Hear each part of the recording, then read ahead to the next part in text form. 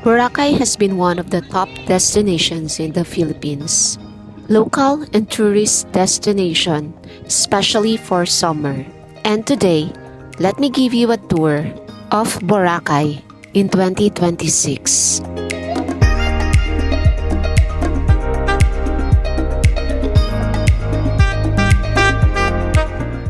Before we go to the main action location, let me give you a quick tour of where we are staying. This is Lucky Tito, a resort, hotel, restaurant, and a dive shop in one. Straight from this lens is where our room is. This is the front desk and the dining area. The pool and the rooms, and I'll just share from this point first. Later, I will give you a quick tour of our room because we're going to the front beach now.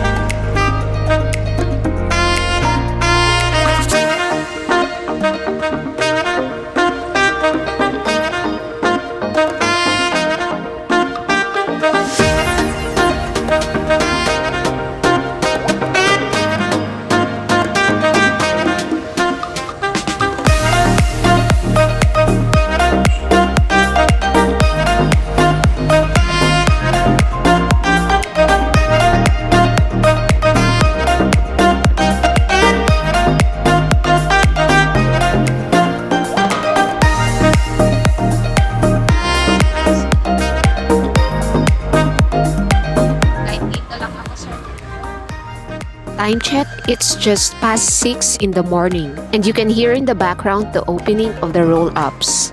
I actually didn't expect to be dropped here. I supposed to go to the mall first, but then it's okay. By the way, this is D'Mall Palengke, and as you can see, there are fruits, fishes, the wet and the dry markets are here.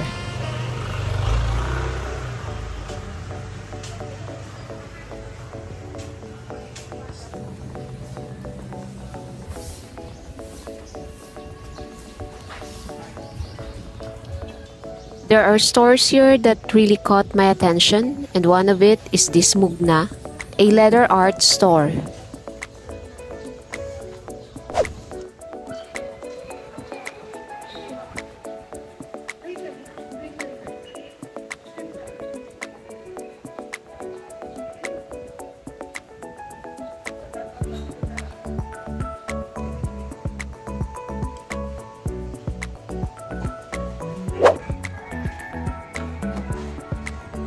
This Kalma cafe has 2 branches here, and the other one is a much better and bigger that is in Station 1.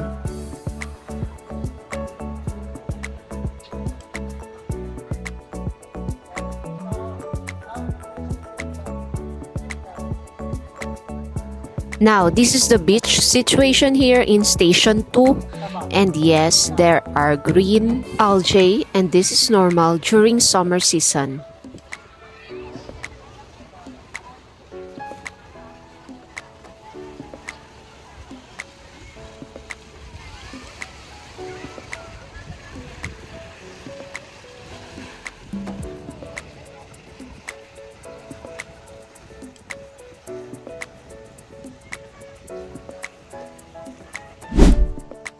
Ever since our former president cleared up everything here in Boracay, this place has become a real paradise. So far, I can also say of all the beaches that I have been in the Philippines, Boracay still remains the best, especially in terms of its white sand and clear beach.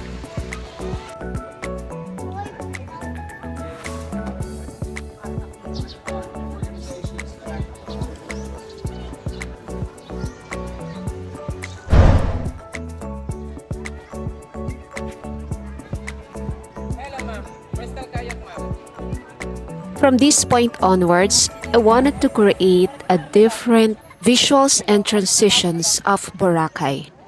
What do I mean by that? Let's start here.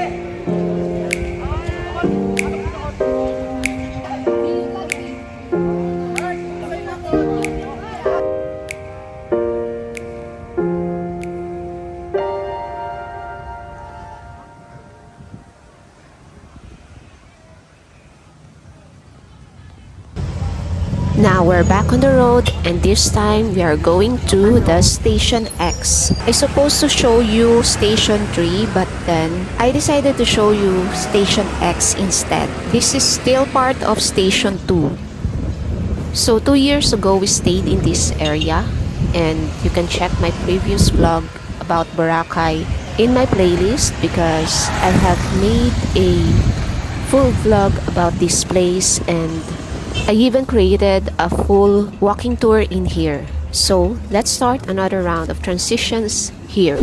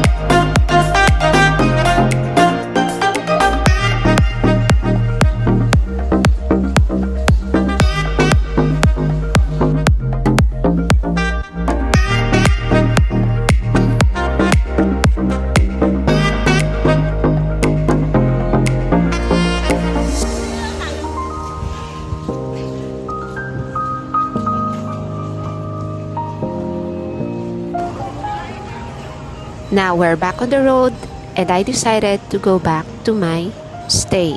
So we will be there in just a few clicks. So now we are here in our room and let me give you a quick tour here. As you can see, this room has only one bed and it is probably a queen size. And look at this view from our balcony. The beach is overlooking here.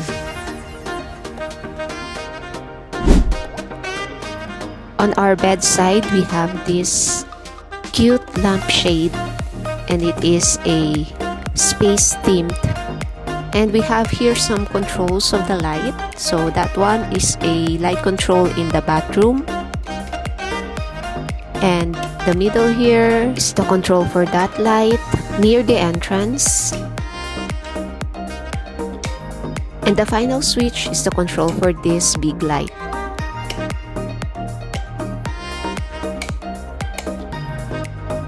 They have a charger port here, electric kettle and mugs, and of course a bedside table. And we have here a TV, a safety box, and a small fridge.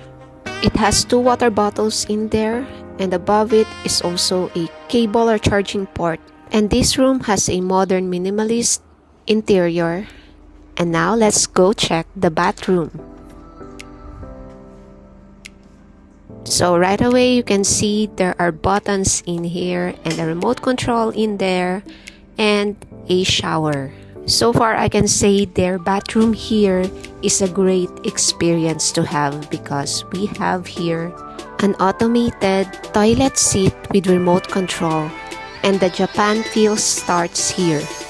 The other controls that use water for cleaning cannot be used unless you sit on it. The only function that you can use while you are not sitting is the flush. So conveniently they mount here the hair dryer.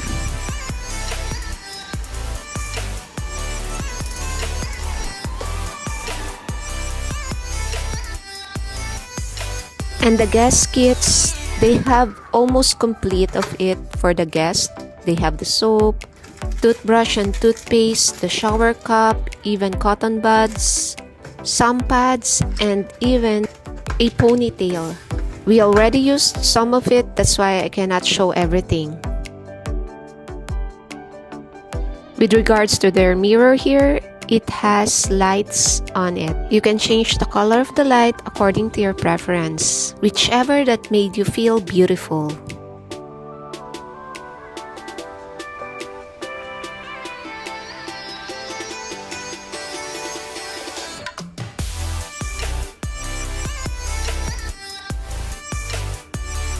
Oh, by the way, they also provide this electric fan. Probably it's for those people who don't like to have air conditioned the whole time, but their air conditioning here is very great. What do you think of this room and this stay in Boracay? Would you try it here? Comment your thoughts. I would love to read your comments and respond to you personally. And so now we're back here in the mall to have our lunch. And this time I have with me my co-realtors going to our lunch destination. Supposedly this is where I should go this morning, but then I was dropped in the Talipapa. But that's okay, we're already here now. So we are here in one of the OG restaurants in the mall, and this is in Steampunk. And right now I am showing to you their menu. So most of restaurants here have service charges, so just be ready with it. It's time for you to shine. Later, kuya sa ano. I definitely wonder why their restaurant's name is Steampunk. Well, it is not just a name, it has a reason.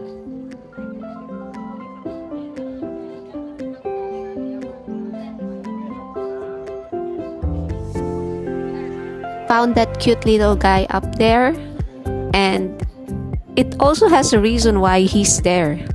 And I found it amazing when I realized what he's really doing there. My order has arrived and this is we got here a unique pot that you need to open, and tada! It's a kimchi rice. With just the look of it, I really want to taste it right away. But before that, here's the reason why this restaurant was named Steampunk. And now you also know why the little guy over there is sitting right there. But he never touched any of it, and just like me, he might just be there because he's also amazed to see it.